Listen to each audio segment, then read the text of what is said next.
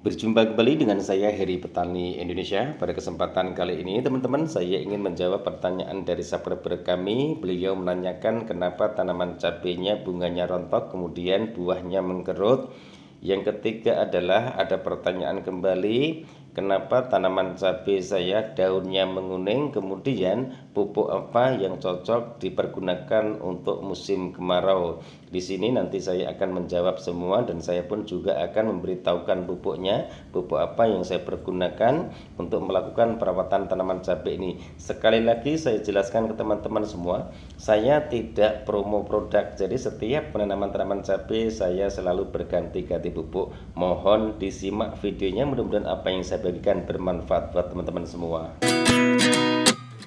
29 and I find myself wondering what did happen to the last 10. I ran away with my life, fast forward, never turn back again. It's kind of funny that the more we pass time, the more we need to set the rewind. And 19 was the year I had to leave you, but now I'm seeing all the signs. Is this really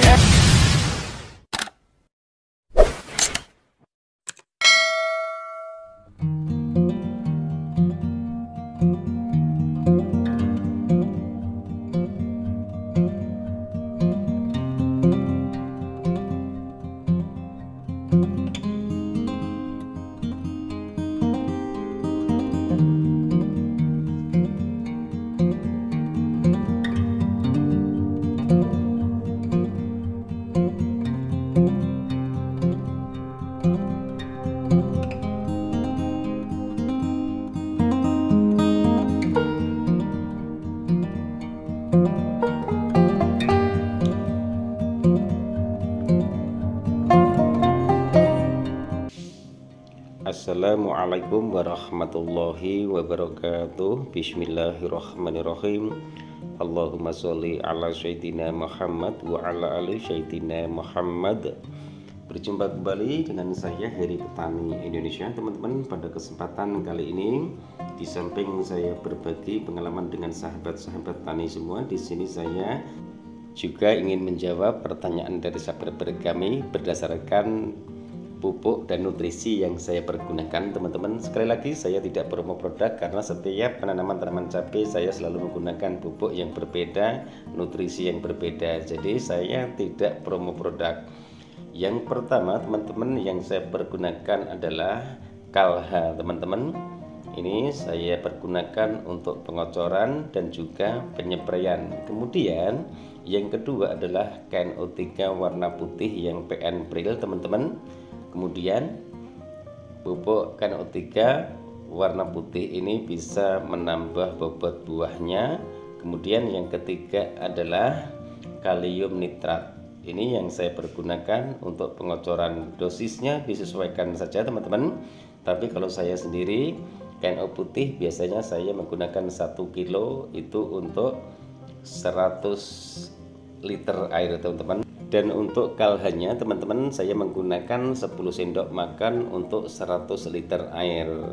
Kemudian kalium nitratnya saya menggunakan 100 gram untuk 100 liter air. Kemudian saya lakukan pengocoran teman-teman.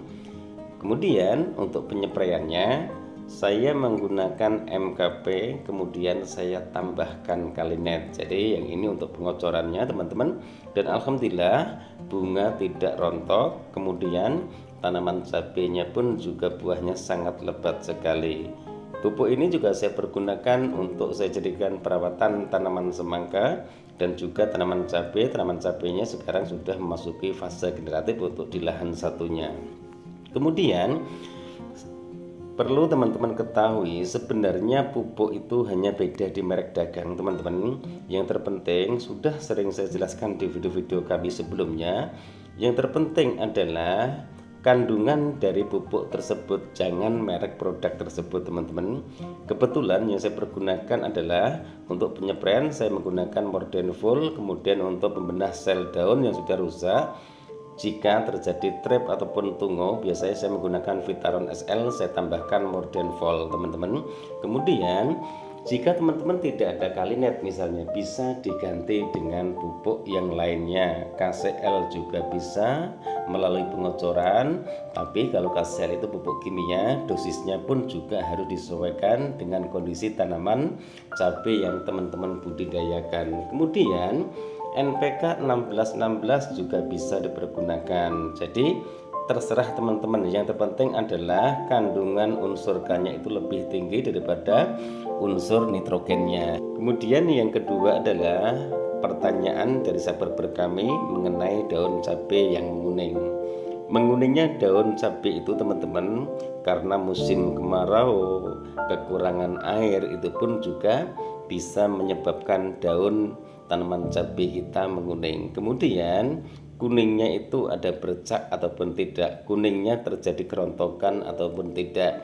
Jika terjadi kerontokan biasanya satu, kekurangan air, tapi dilihat dulu kondisi tanamannya, apakah tanaman itu ikut layu tidak.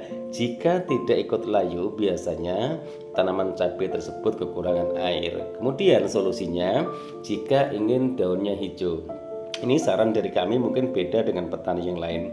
Biasanya pengalaman saya, tanaman cabai saya di usia juga sudah sangat tua sekali. Saya kocor menggunakan Ultradap dosis 50 gram untuk 20 liter air. Kemudian besoknya saya spray menggunakan Ultradap juga. Kemudian saya tambahkan Vitaron SL dan saya tambahkan insektisida. Biasanya saya menggunakan merek dagang Abasel, bahan aktifnya Abamectin teman-teman. Rollingannya 5 hari sekali saya spray lagi menggunakan fungisida yang berbahan aktif Mancozeb. Kemudian saya tambahkan Vitaron SL dan juga Kalinet teman-teman. Itu yang saya pergunakan agar tanaman cabai teman-teman daunnya tetap hijau, kemudian bunganya tidak rontok.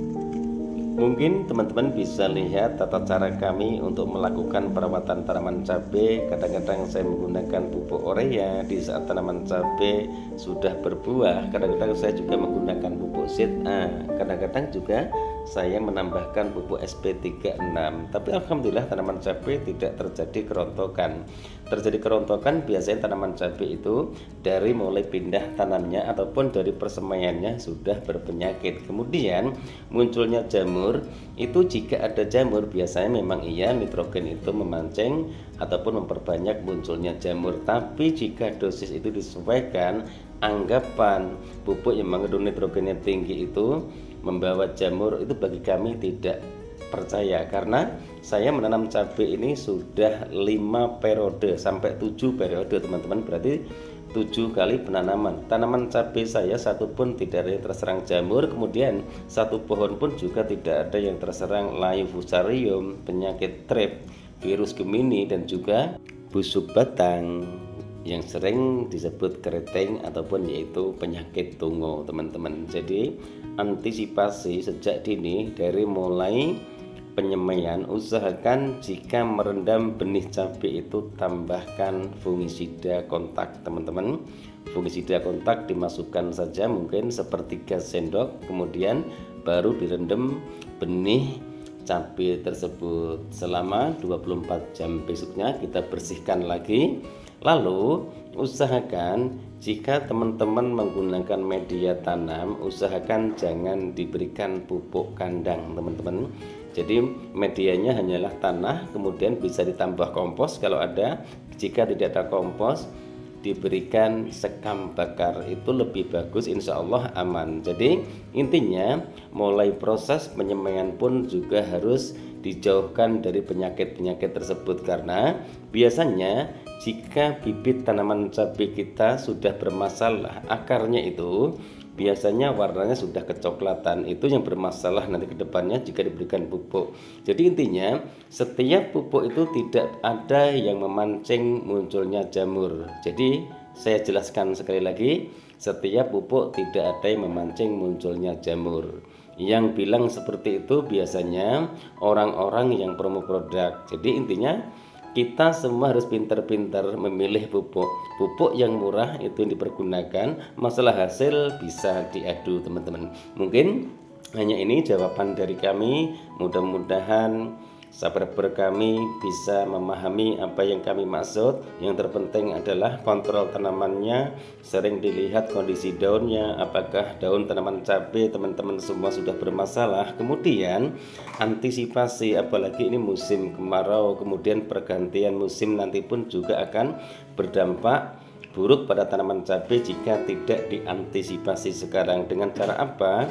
Bersihkan rumput-rumput yang ada di jarak antar bedengan, kemudian taburkan kapur dolomit di lubang tanamnya juga bisa, di lubang pupukan juga bisa, untuk mengantisipasi agar pH tanah nanti tidak drop teman-teman. Terima kasih atas segala supportnya, terima kasih atas segala komentar-komentarnya. Mudah-mudahan apa yang saya bagikan bermanfaat. Jika saya tidak bisa membalas kebaikan teman-teman semua, insya Allah Allah lah yang akan membalas kebaikan teman-teman, diberikan rezeki yang banyak, yang berkah, barokah, kemudian diberikan kesehatan jasmani maupun rohani sehingga bisa melakukan aktivitas dengan baik. Wabillahi taufiq wal hidayah. Wassalamualaikum warahmatullahi wabarakatuh.